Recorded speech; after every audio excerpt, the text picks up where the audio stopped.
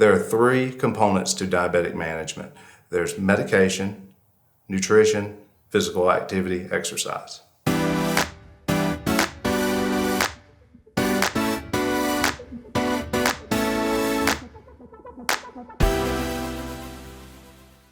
My name's Trey Mcafee. I'm a PA here at Atlas Internal Medicine. I've been a PA here for 14 years. I'm also a certified personal trainer, in which I've been doing for over 20 years. Today we're going to talk about exercise and benefits and improvements that can be seen in pre-diabetics and diabetic patients. I guess first and foremost is we have to talk about diabetes in general and how we get there, how we end up in a diabetic or a pre-diabetic state. A person ingests sugar. Their body has a natural response to uptake that sugar using insulin. Insulin binds to a cell membrane or a receptor on a cell membrane. It triggers a GLUT4 protein to come to the surface and extract that glucose molecule. This is kind of how the whole uptake system works. Well, much like other chemicals, caffeine for instance, once you're exposed to something over a certain amount of time, it begins to lose its effect at that dosing. So the desired effect requires more of that chemical. Insulin follows the same pattern. If I'm exposed to X amount of insulin from a certain dose of glucose for a certain amount of time, eventually I'm going to build a tolerance or a resistance to that insulin. And I'm gonna have to start producing a greater amount of insulin for the desired effect and to get that glucose, to get the glucose lowered or uptake into the cells. And over time, that insulin keeps going higher and higher, and this insulin resistance winds up turning us into a diabetic situation or pre-diabetes. And you get so much insulin resistance that you wind up requiring medications to help lower the sugars independent of insulin, or you have to start using insulin in general. The way exercise can benefit this from a skeletal muscle standpoint, skeletal muscle can uptake sugar in two ways. One, through that same insulin response. The insulin comes in, binds to the cell membrane. It causes a cascade of signaling pathways that makes GLUT4 go to the surface, take the sugar up. Well, you can actually bypass that pathway independent of insulin by just having a muscle contraction.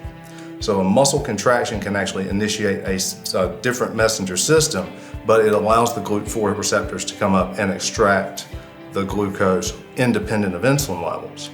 So, and this is independent of which modality of exercise you're using, aerobic, cardiovascular exercise, or resistance training, weightlifting, band training, whatever. As long as the muscles are contracting, they're stimulating this response, essentially lowering your glucose levels because muscles love sugar. At rest, they live on fatty acids, but when they're active, they become very metabolic, and sugar is their primary driving substrate. So if you can get a muscle active, you can get it to start absorbing sugar independent of insulin levels. And if you stay active enough and you cut back the amount of insulin or the amount of sugar that you're consuming, you inadvertently require less insulin. And the hope is that you do that enough that we decrease the amount of insulin we're exposed to, regaining some insulin sensitivity. So we try to actually, especially with like your pre-diabetics, we can avoid the whole diabetes situation altogether and reverse the entire process, and they never have to experience the whole diabetic label. With a diabetic, we can improve insulin sensitivity just through muscle contraction. So like I said, whether you're walking, jogging, lifting weights, whatever, as long as those muscles are contracting, you're absorbing sugar, and you're doing so without insulin. And with diabetics, as long as we keep them moving, we can get their A1Cs down, their sugar levels down, their insulin resistance down, improving insulin sensitivity to the point to where they're at no greater risk of adverse events than they would be if they didn't have diabetes. So you can actually get them to where their risk factors are at baseline levels. Though they'll always be a diabetic, They won't have the increased risk of small blood vessel disease, neuropathies, kidney disease, cardiovascular disease risk, all these things, just by that one mechanism. And that's not the only mechanism where exercise benefits. People who exercise typically have a better body composition. A higher percentage of their mass is lean muscle and a lower percentage of body fat just from exercising alone. And that in turn decreases inflammatory cytokines produced by visceral fat. There's not probably a more dangerous form of fat than the fat that's around the organs. By diminishing that amount of visceral fat, you decrease your chances of a lot of these chronic inflammatory states. And it also improves your insulin sensitivity in and of itself there. You get more active, you feel better, and it kind of, exercise has a way of lowering stress, decreasing inflammatory states as well, also improving the whole insulin resistance and improving insulin sensitivity issues. Strength is another issue that comes with diabetics, especially we look at sarcopenia, the diminishment of skeletal muscle mass over time. And that age is kind of an independent risk factor for this anyway. But if you throw diabetes on board, which is a modifiable risk factor for sarcopenia, it winds up becoming a synergistic, or they kind of go hand in hand. It compounds your issue. So over time, you can wind up with lower muscle mass, being a diabetic and aging, as well as some of these medications for diabetes. They've been shown to be linked to a decrease in muscle mass as well.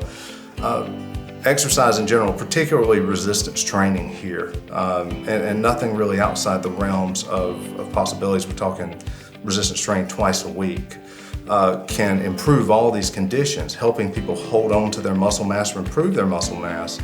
And at that point, we're looking at improving their ability to live independently longer in life, not just the quality of life issues that come with diabetes that are diminished, but also improving their ability to stay at home and take care of themselves. And there's really no better means of preventing that than resistance training.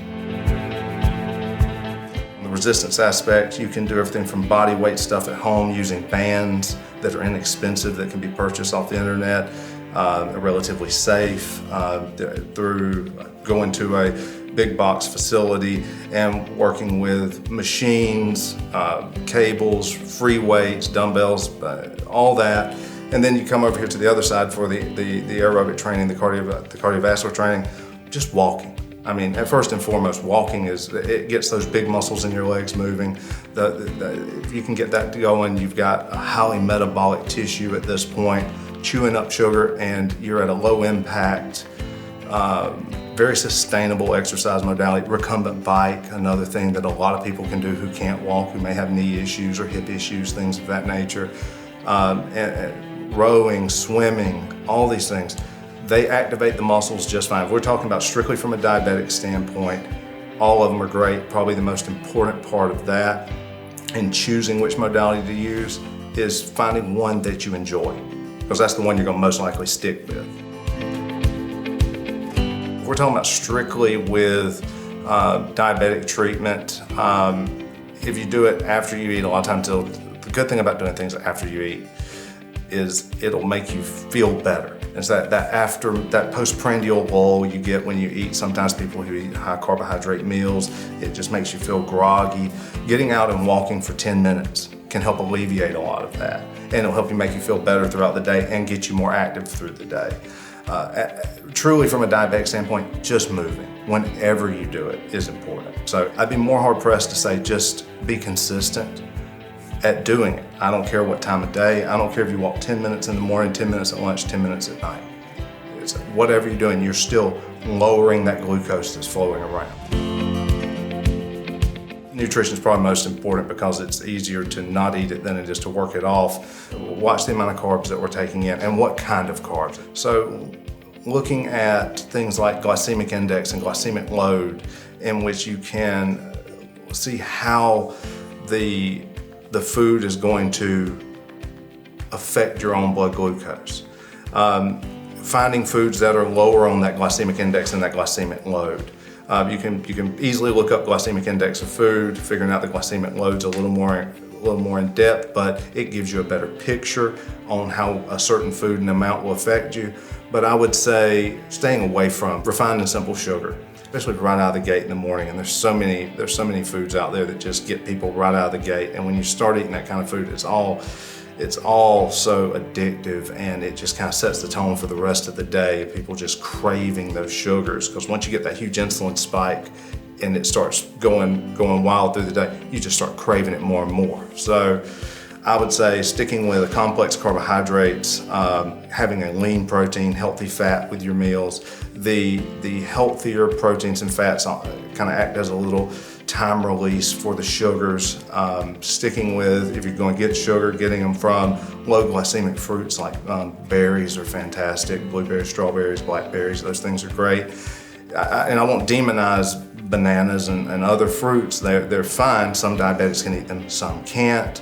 And you need to limit your amounts because they're higher in that glycemic load. They can kind of spike the sugars more. But even that, adding some peanut butter with an apple helps with making it a more healthy snack for a diabetic. And getting those in more smaller, frequent meals through the day, and watching your blood glucose closely, and you can kind of tailor-make this to your own needs, and finding out what foods raise your sugars and avoiding those foods. So I would say that's probably the first point, is just stay away from the refined and simple sugar. Try to stick to more whole foods. The problem is they're more expensive. Calories are cheap, nutrients are expensive, and it makes it hard sometimes in that regard. But if you can really focus on the whole food aspect, it will limit that sugar spike that you get from the high fructose corn syrup and all the stuff that's in all these breakfast foods that most people have readily access and availability to. With lifestyle modifications, diet and exercise, we can completely do away with the whole medication aspect of diabetes in many cases. I've had multiple patients that have used diet and exercise in their pre-diabetic and even after diabetic diagnosis states, who have reduced their A1C down to healthy levels, and they continue to maintain it with diet and exercise alone, never needing medications in many cases.